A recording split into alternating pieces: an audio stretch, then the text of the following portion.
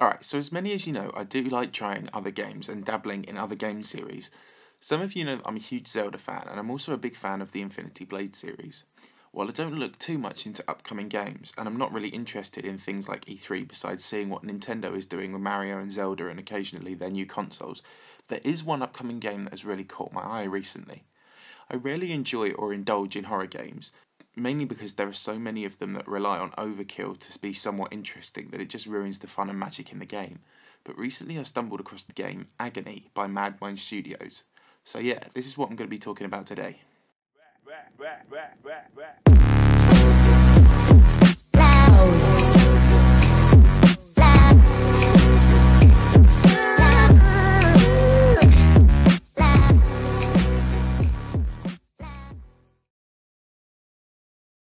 So Agony is a game that is upcoming now and is starting to gain traction now we're drawing within touching distance of its supposed release date.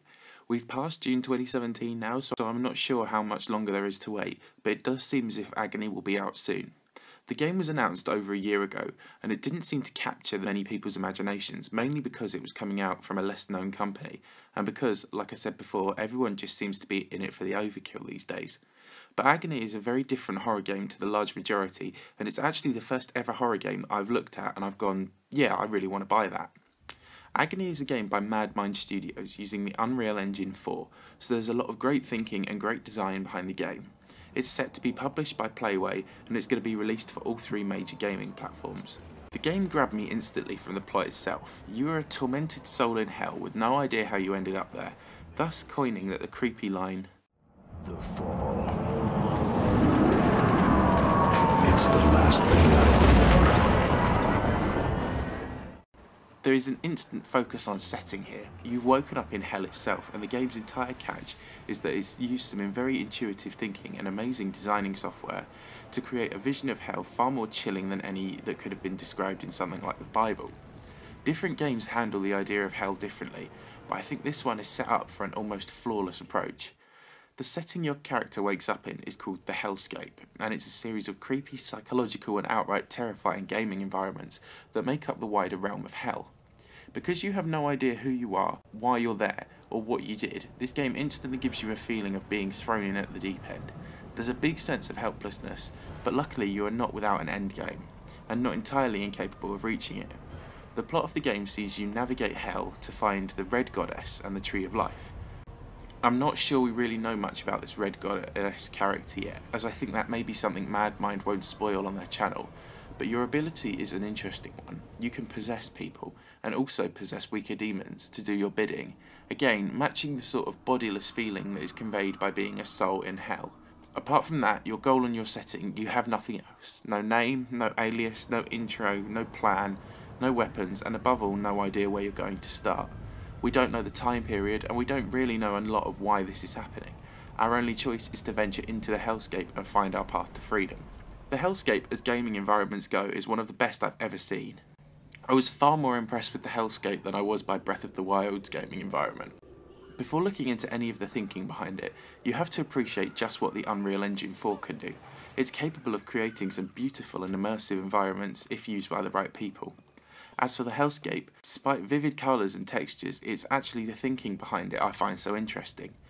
The creators here are taking one of the oldest man-made fears in existence, hell. They are taking something we are conditioned from birth to hate and fear, and they're also taking it up a notch. This isn't just the normal hell you find on a cartoon or on depictions, you're looking at some absolutely messed up stuff.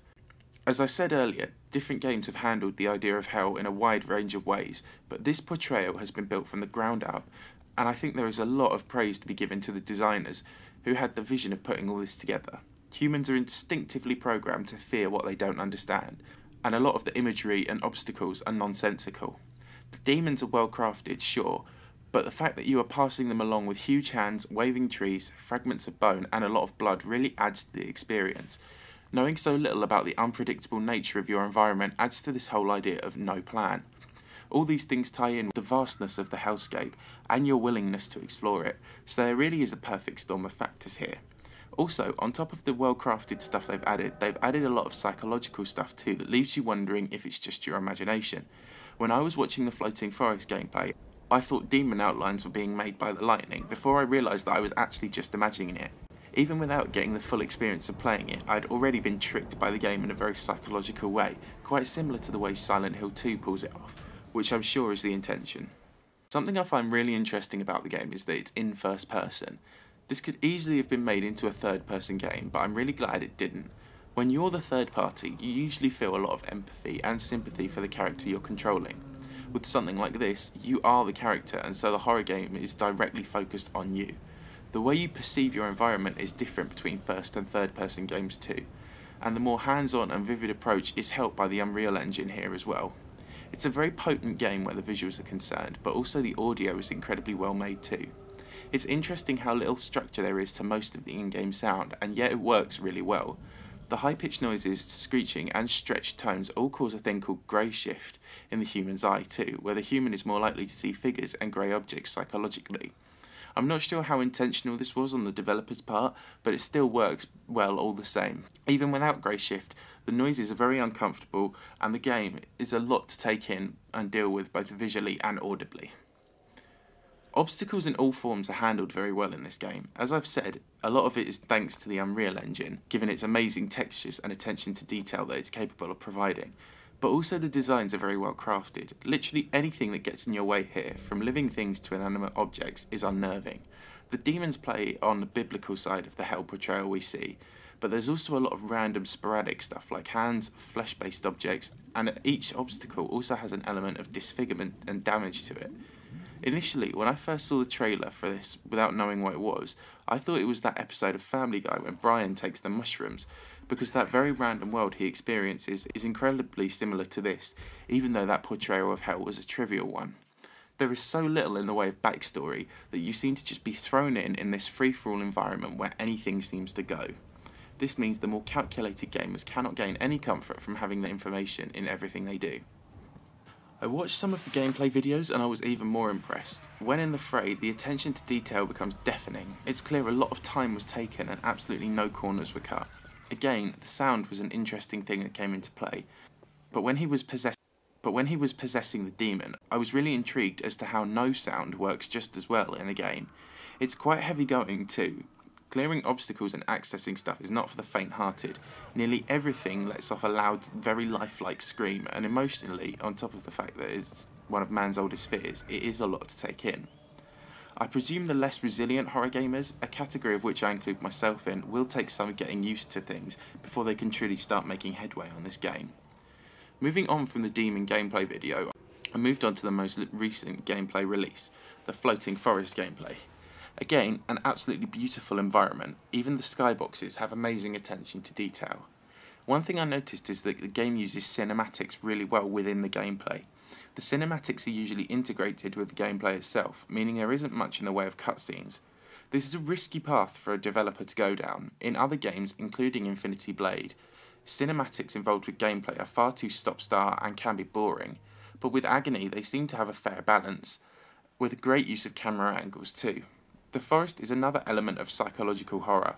The merging of hands and broken branches is a great touch, and it really does seem like the kind of game that makes you do a lot of the horror work in scaring yourself too. One thing I like is the apparent lack of on-screen controls. For a game like this, I want to be fully immersed in my open environment, and one of the downfalls I find with things like the newer Zelda games is that there's far too much going on screen with maps and controls and things like that. With this, there is nothing to reassure you that you're actually playing a game, and the whole screen is dedicated to the game itself. This again gives you the feeling of exposal.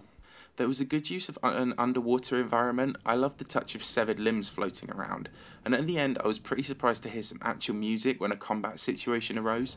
Initially I thought there would be no actual music in this game, and while I do think it takes away from the realism of this hell environment, the music is very well composed, so it has benefits in its own right. One thing I was disappointed with was the guide's voice. This is a very generic voice for a demon or hell-like spirit, and is a bit of a letdown for me. It wouldn't have taken too much to get this right. Something deep, echoey, and with some reverb added would have worked really well, and would have been a lot better than the growling and slow-talking guide. I know the drag of her voice may seem like another part of the unsettling audio, but for me it is just annoying and a poor choice of voice type. Overall, I'm really impressed with this game and excited for it to be released. As with many other horror games, it could simply have taken the overly violent route, overdosing on the slasher element, but for me they've really balanced it with the psychological element and found a perfect blend. It's very graphic, but not to the point that it's boring, and it's also incredibly psychological, but the effects are so momentary that there isn't too much of an attack on your senses that you just check out. You can invest a lot of emotion in this game, as it merges with many man-made fears and instinctive fears. I doubt very much if walkthroughs and strategy guides will be a popular tool in this game either, as I do think part of the hook and the niche is having the opportunity to look around this huge world of nightmares with no plan. This is officially classed as a survival horror game, and I'm really hoping they push the element of survival to its limits, like with Silent Hill 2, where it was just so hard to find items and stay alive. Madmind have gone back to basics and taken this very vivid, raw idea of hell, and they've used a combination of lateral thinking and contemporary game development tools to craft what looks like an absolute cracker of a game. I hope this game does get bigger, as it looks like it will be a must-have for all horror fans. If it's marketed in the right way, I think it will become a huge thing and will probably be a rite of passage for horror gamers by the end of its life cycle. Thanks for watching. I've been C1997. If you enjoyed this video, please leave a like, and if you're new to the channel, please consider subscribing and checking out some of my other videos because it really helps me out. Thanks guys, I'll see you all soon.